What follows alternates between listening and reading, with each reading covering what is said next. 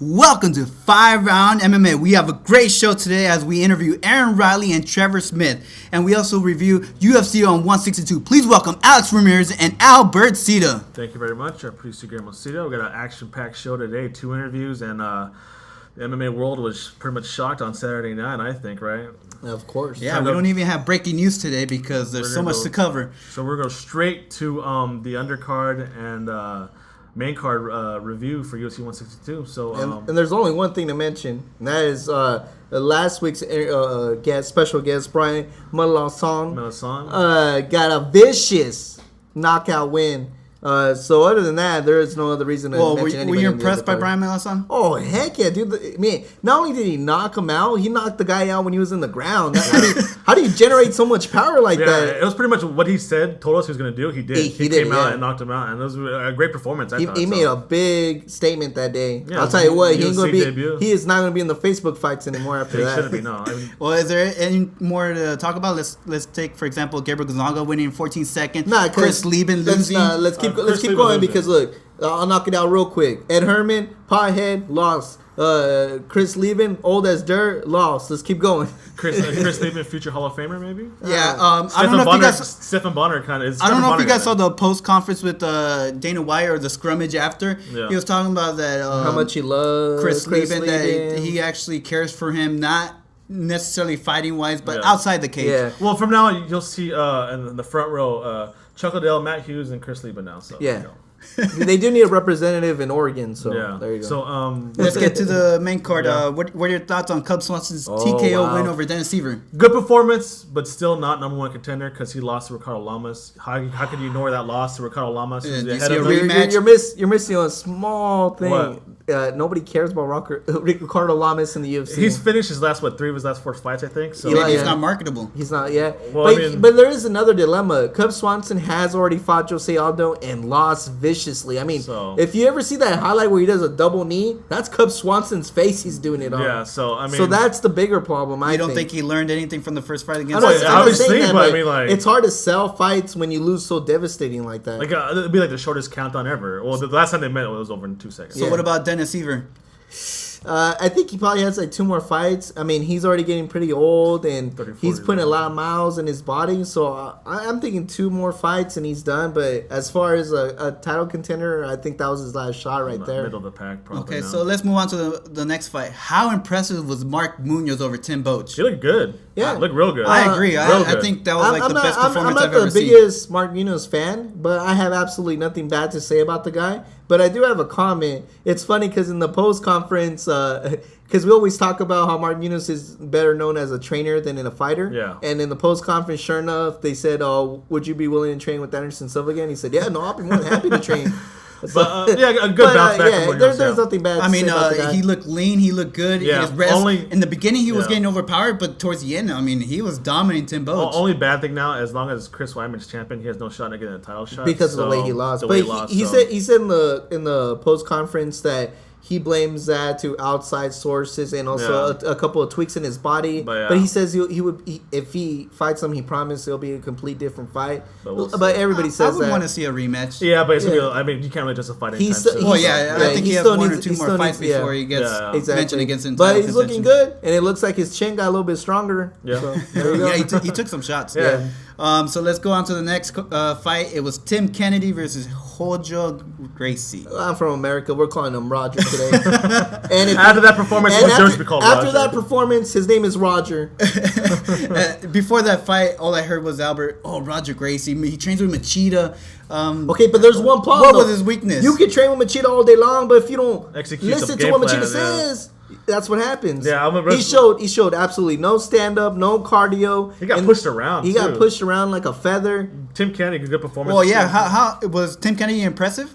Tim Kennedy showed Tim Kennedy. Yeah. I never said he was a bad fighter. He showed exactly what he was good at. Yeah. And he showed it. But he also showed you that he's still a couple fights away to be considered mentioned in the top ranks. He looked a little tired at the end, but I mean, he pushed around a guy all for like 15 minutes. So, but Gracie was way bigger than Tim. He didn't kill his chances. It was a worse loss for Roger then a better win for Tim. Yeah, I don't think he put the division on notice. Tim Kennedy has arrived with that performance. So okay.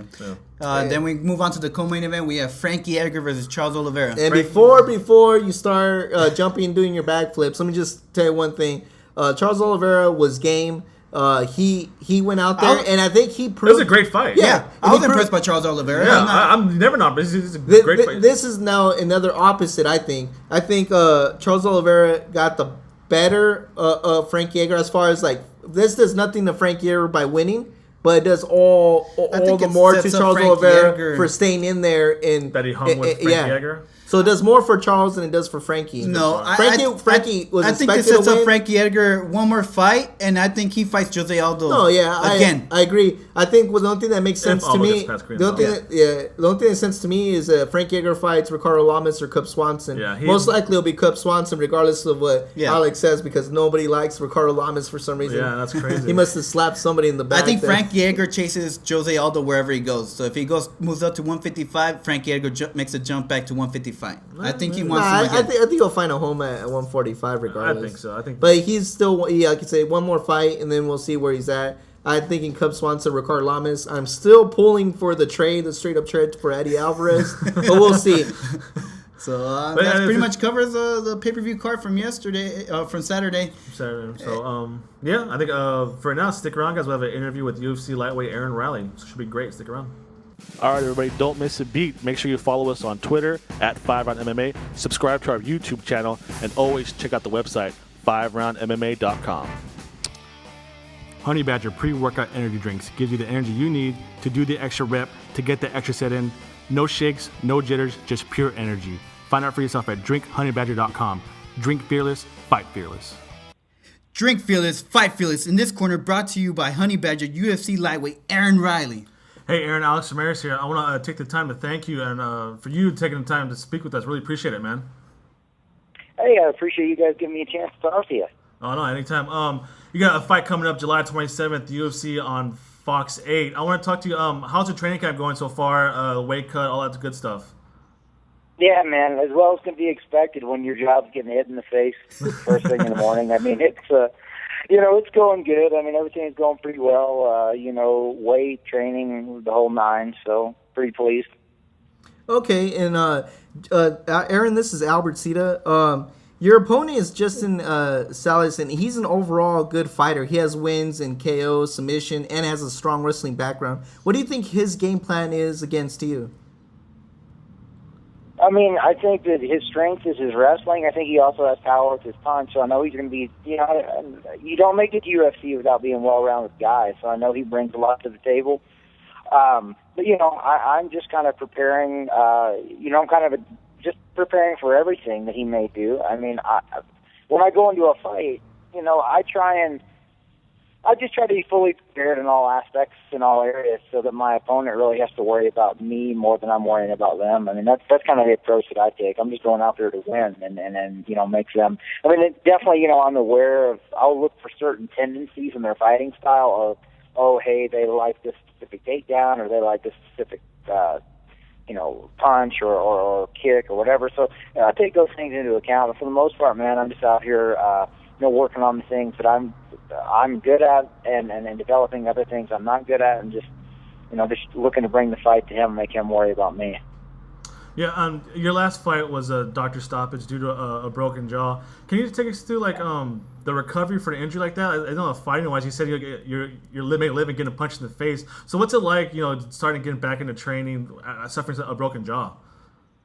I mean, you definitely have to take the time to heal up properly. It's not the type of thing that you want to just rush back in. So it's kind of a long process. I mean, you're usually wired for like 6 weeks or something like that. I think it's 6. Yeah, so your diet is pretty limited at that point because it's kind of just close your mouth and then try and think, how am I going to eat now? So you're pretty much drinking everything.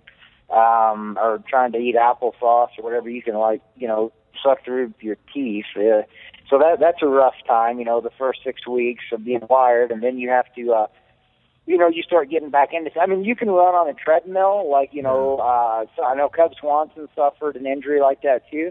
And the both of us, you can still run on the treadmill. It's kind of tough. You can't have your mouth like gaping open when you're like, it's tough to run. But I mean, you find ways to train around it. You just have to be smart coming back. Yeah. You just can't rush into sparring too soon.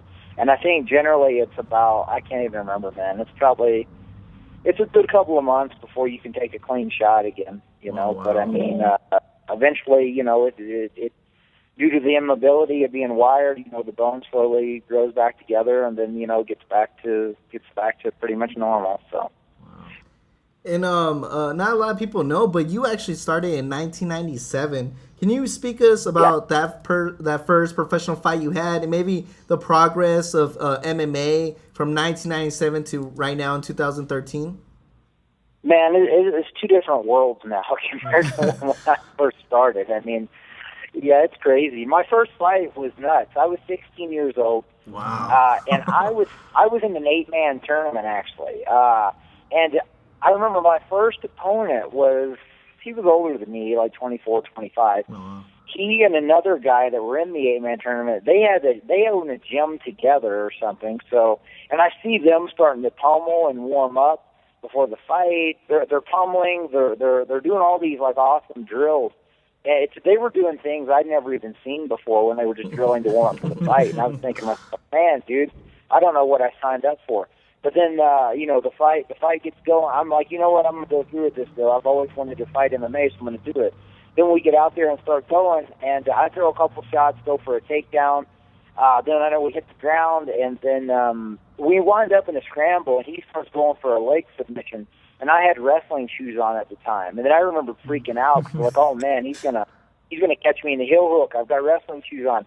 So then I kind of spaz out, and I grab his knee or grab his leg, just start torquing on it too in a straight leg lock. And dude, I grabbed his leg and just yanked on it so hard that I dislocated his knee by just grabbing it and wrenching on it. Wow. Yeah. So he ends up tapping out to a straight Achilles, and I was like, it was a rush, man. It was completely nuts.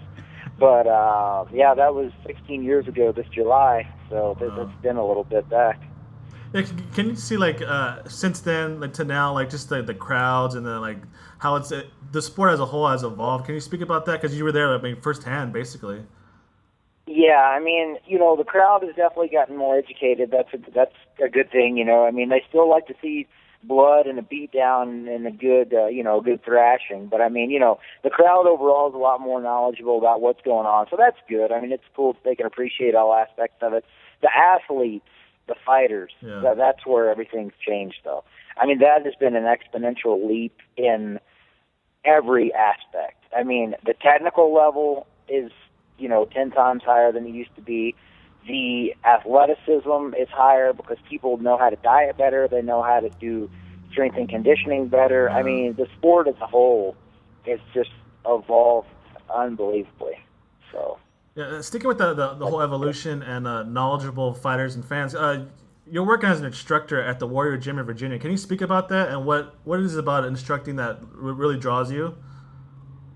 Well, okay, yeah, actually, I now am an instructor for the Yamasaki Academy. Mario Yamasaki, who rests in UFC, he lives in Brazil, but before he had moved to Brazil, he had opened a chain of Yamasaki academies, jiu-jitsu/judo martial arts academies in the D.C., Virginia, Maryland area. Mm-hmm. And now his brother, Fernando, is kind of overseeing all of those academies, and then I teach at several of the academies and MMA programs in Maryland and Virginia for those guys. So, but yeah, the teaching aspect is really cool. I mean, in a certain way, it's fun for me to kind of give back to martial arts, because I've gained a lot from martial arts and from MMA particularly, and it's great to kind of help guide these other young guys who are interested in jumping in here and making this venture into MMA, and I can hopefully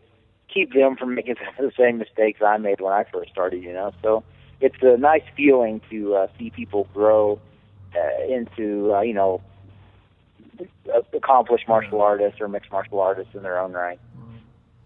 And then Saturday, I think the whole world was shocked, and we really want to get your perspective as far as how the events A word to you. For UFC 162. Right. The Anderson Silva fight. What are your thoughts about that? Yeah, that whole event from top to bottom was amazing. I haven't enjoyed a UFC card that much in a long time. That was a really good show. I was super happy, first and foremost, because, you know, I had two teammates fighting. I had Cub Swanson and Tim Kennedy fighting. They were both victorious and had good performances, so I was super happy for those guys. And then, I mean, you know, of course, and then, you know, the Edgar Oliveira fight, I sort of know Charles Oliveira, you know, so I knew I knew that was going to be a good fight. I knew it was going to be a better fight than people were giving it credit for. You know, so that was an exciting fight, too. There were a lot of good matchups on there, but, you know, of course, you know, the main event. I mean, that's the thing that everybody is just on the forums completely divided and tearing each other apart about, and what even my own friends are fighting back and forth on Facebook about it. To me, man, it's hilarious. I mean, to me, I mean, like, I don't know. My whole thought on it is just that, you know, Anderson was a phenomenal champion. I mean, that is very rare that it happens like that people are that dominant and that, you know. And I think Anderson was a great champion. You know, but you know, I just, you know, I'm just happy to see Weidman win. I mean, like, I just felt like that. You know, I think it's great because of the potential for new matchups, the way that it shakes things up. I mean, I know that Dana said, I'm going to promise Anderson an immediate rematch and blah, blah, blah.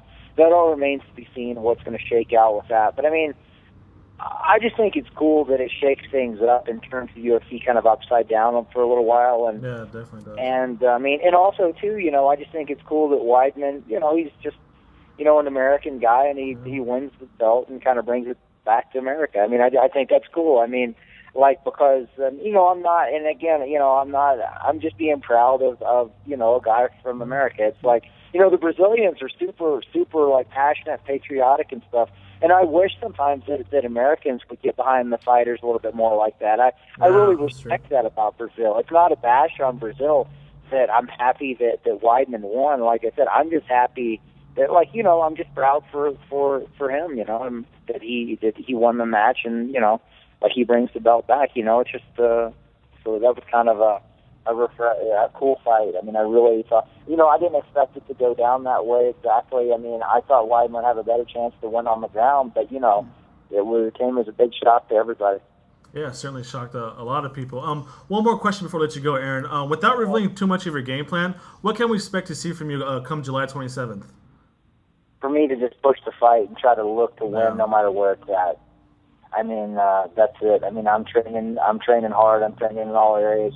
And I definitely, you know, am looking to erase the memory of that last fight, because everybody, I mean, in every interview, I mean, you know, people ask about it. I understand it's something that, you know, people want to know what's going on with me. But yeah, you know, I want to move past that being always things brought up. You know, I'm looking to just go out and really make a statement and just come to fight in this next fight. That's it. Yeah, well, we certainly wish you the best of luck, Aaron. I want to thank you for taking the time to speak with us, and we'd love to have you on again very soon. And before you go, you want to give a shout out to anybody? Well, you know, just the guys out of Jackson, man, for having my back and being good training partners, and you know, the Yamasaki Academy, all the guys back home for helping me with training and preparation to come out here, and for keeping things going smooth back home when I'm away. So just thank both my gyms for supporting me and having my back. Cool. Thank you, everybody. Aaron Riley. You can see him Saturday, July 27th. You will see on Fox 8. Really appreciate it, Aaron. Thank you. Yeah, thank you guys for giving me the time to speak. Yep. Thank you. Honey Badger pre-workout energy drinks gives you the energy you need to do the extra rep, to get the extra set in. No shakes, no jitters, just pure energy. Find out for yourself at drinkhoneyBadger.com. Drink fearless, fight fearless. We have a new UFC middleweight champion.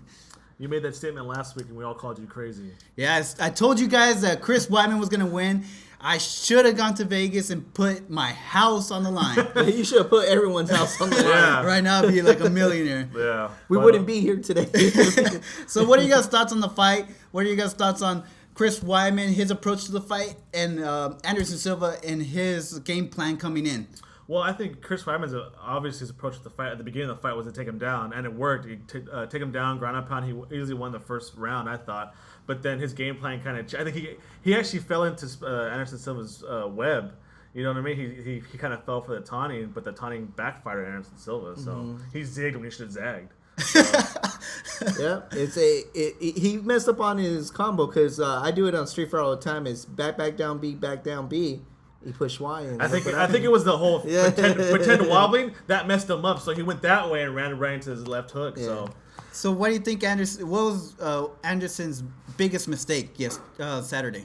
It was he Anderson himself. Like I told, he had a mental breakdown. I honestly think a mental breakdown. Yeah, I think he didn't want to win. I think he really came in there with the intentions of losing. I think subconsciously he didn't want to be the champion anymore. Why was he trying to lose intentionally? He subconsciously threw the according to Albert, not us. Yeah. Why was he trying to lose intentionally? There's the pressure he never expected. We had an earlier conversation about it, saying that some people pursue greatness and some people just pursue happiness, or some people that pursue wealth. And Anderson Silva, I think, was put into this position to better his family and better himself, not to be the best. It just kind of happened in the moment. And then once you feel all that pressure, all those questions, all those media hassling you, it gets to you. And I think subconsciously he didn't want it no more. You really think he didn't want to be in the spotlight?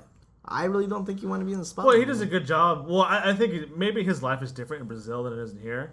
Because, I know he's a pretty big celebrity in Brazil, and he has, he lives in an enclosed house, stuff like that. I mean, he has to. And he moved to the United States now. I think he can pretty much get away in the United States without being hassled by paparazzi. So, I mean, yeah, it's not like a big. Let's switch this the story around. How much credit does Chris Weidman get? See, that's what sucks. And I got nothing against Chris Weidman. I always thought he was a good fighter. I mean, you could go back to some of the earliest podcasts. I rave about Chris Weidman all the time. It's just that he's from Jersey. Oh, okay. But other than that, the guy's talented, whatever. But what sucks is no matter how you break it down, Anderson lost, not Weidman won. Yeah, that's no matter how you break it down. That's how it is. Granted, people are saying, "Oh, congratulations to Chris Weidman," but still, everybody at the forefront is Anderson Silva and what he did. I mean, It's more of what Anderson did than Chris Weidman did. Yeah. And it's not to take away from Chris Weidman, but at the end of the day, that's the honest truth, and that's exactly what happened. Do you guys see a rematch? It's all up to Anderson. Chris Weidman says it's up to Anderson, but let me take your opinion. I don't see the fight in him no more. You see a rematch? I don't think he doesn't want to. He doesn't want it. I mean, Anderson Silva has been mentally checked out since I think he beat Rich Franklin. Because he came in from the UFC and saying, "Oh, this guy, Rich Franklin's the best in the world. All right, let me beat him. Okay, I'll beat him again. Who else is next? Travis Lutter, Patrick Cote." You know what I mean? Ever since then, he hasn't been challenged. I mean, okay, maybe last one with Vitor Belfort. And that didn't last long. So I think in order to evolve, you have to challenge yourself, and he challenged himself. But so if you guys don't see a rematch, what's next for Anderson Silva? I don't know.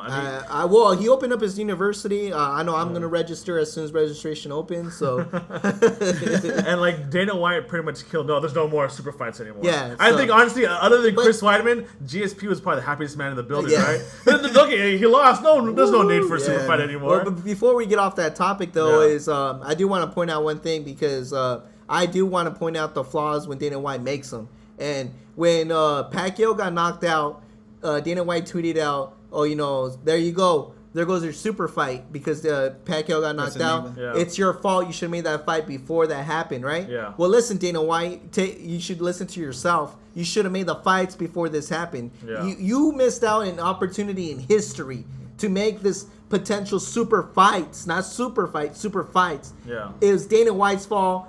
He could say the fighter said this, the fighter said that. It doesn't matter. At the end of the day, you're the one that puts the fights together, and he should have put down before this happened.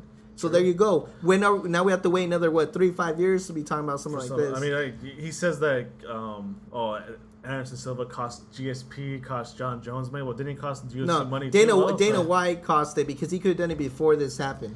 So now, Chris Weidman, how dominant do you see him being the UFC middleweight champion? Dominant? I don't think dominant. So you think, how long is this title reign going to last? I'm going to say one fight because... whenever he goes to Brazil and fights TRT and Vitor Belfort, that's what's going to end. So you think it's wide open? Let's give you examples. Wanderlei Silva, Okami. No. We'll get to that conversation later on. Yeah. But because that's a completely different conversation than the middleweight division. But Anderson Silva said... I'm going to go back to Anderson Silva real quick because he said he wants to honor his 10 fights. Yeah. He said that, but then it went on, no. There's no more super fights. It's either Chris Weidman. Yeah, then that means he's done. So what's he gonna do? Just like, okay, I'll need to fight anymore. I think he's gonna just walk out into the sunrise and disappear. Yeah, but then supposedly like Michael Bisping and Vitor Belfort already calling out Chris Weidman on Twitter and all that stuff. But Chris Weidman said, no, I want to fight. I'm giving him a fight first. Yeah. But yeah, I mean, I don't know. It's just I think Anderson Silva's. I think it's the last you've seen him for a long time, anyways. I think.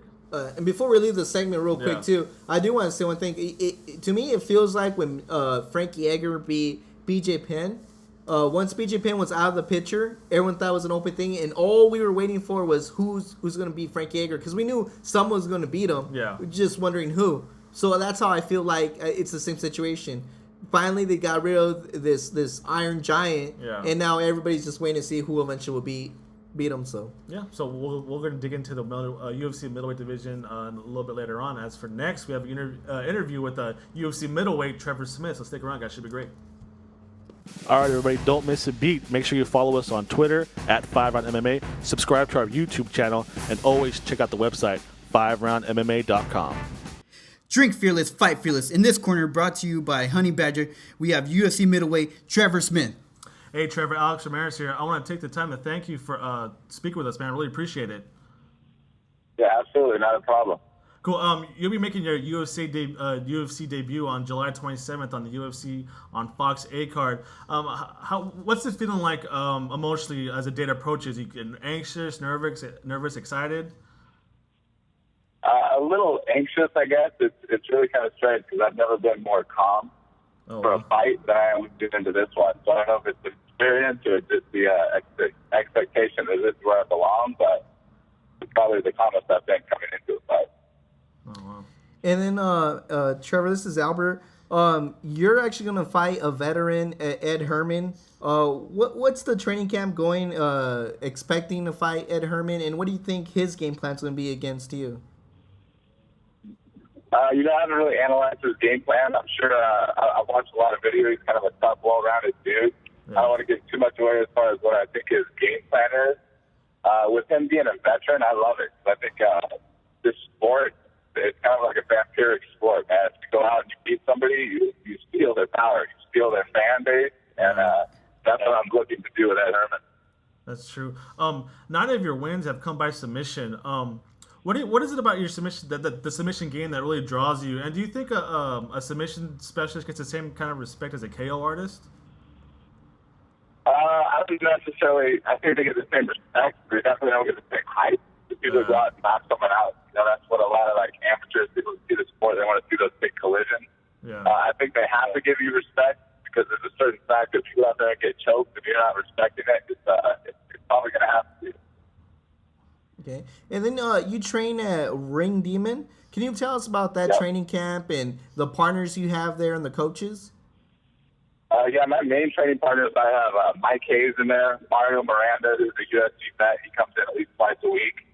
The biggest thing that I like about Ring Demon is the coaching they have there. And the coach, Eric Albert, probably one of the most technical coaches I've ever met throughout my wrestling and collegiate football, all of my career. I wrestled a lot in college with Bobby Douglas, Cale Sanderson, but, amongst those coaches, I would put, Dahlberg up there amongst them as far as some of the greatest coaches in the world. Oh, wow.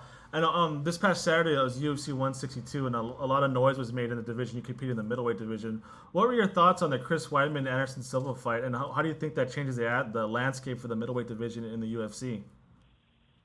I loved the fight. It was probably one of the more exciting fights I've seen in a long time.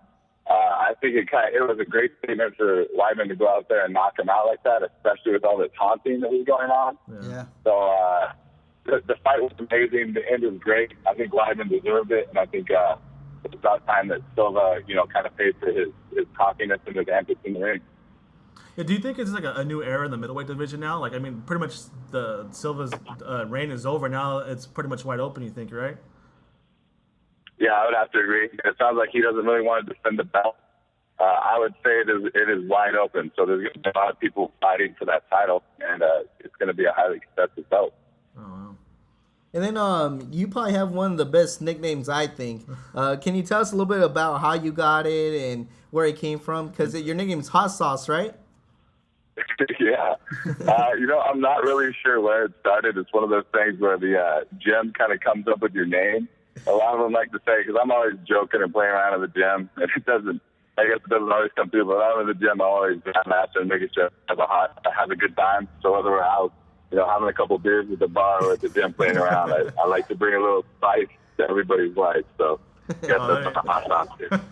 There you go. Hey, Trevor, one more question before we let you go. For the fans who haven't seen you fight yet, what can they expect to see you once the cage door closes? They're going to see a dude that's highly motivated to go out there and make a statement in his UFC debut. I'm honestly known for my submissions, but my focus over the last year has really been on my striking game. So, don't expect me to go out there and throw stupid blows and be crazy, but you can definitely expect people are going to start to respect my hands a little bit more, which is, I think, funny because you talked about the KO artist, but I'd like to be known for both my submissions and my knockouts. No, yeah, I mean, dangerous. How can you stop a fighter who's good on the ground and on the feet? All right, you guys see Trevor Smith on UFC on Fox 8, July 27th against Ed Herman. Trevor, before I let you go, you want to give a shout out to anybody?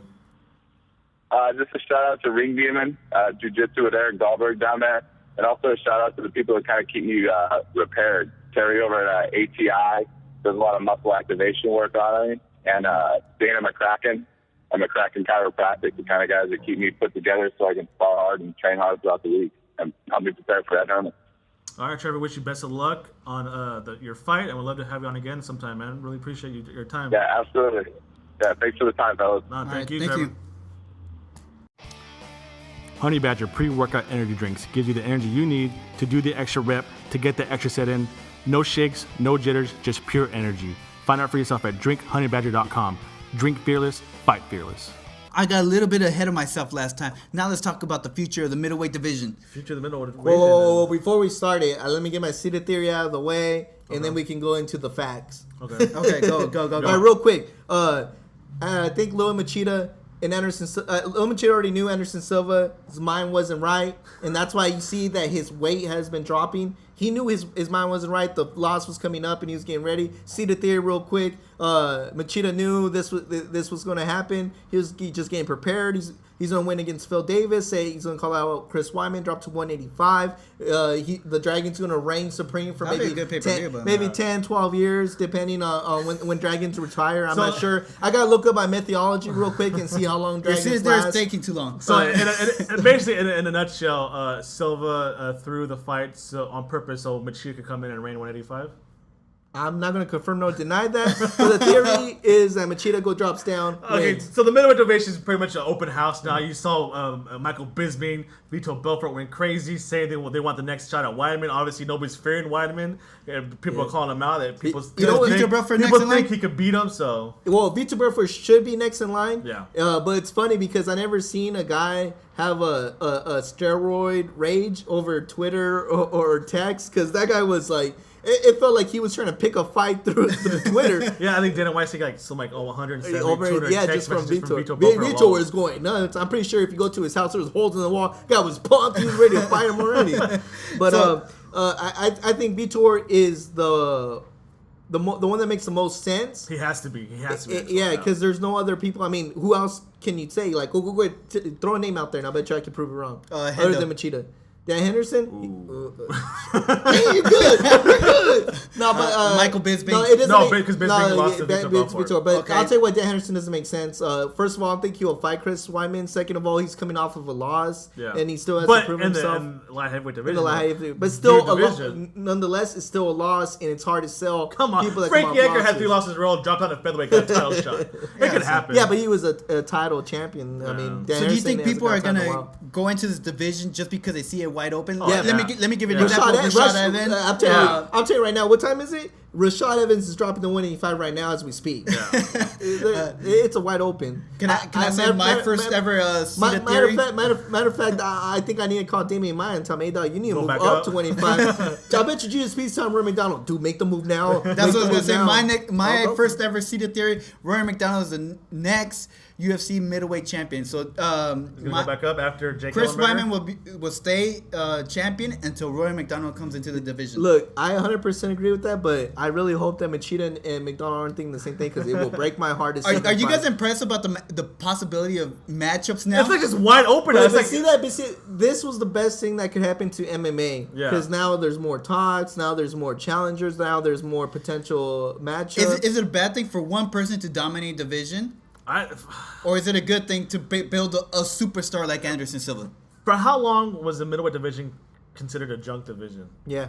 Even though but now it seems now like it's wide open. Like, have you seen anybody guys winning the belt now? Tim Kennedy has a chance at this belt. Yeah, like, it's just like all hail, the king is dead. Like everybody can roam free now. It's like Game of Thrones.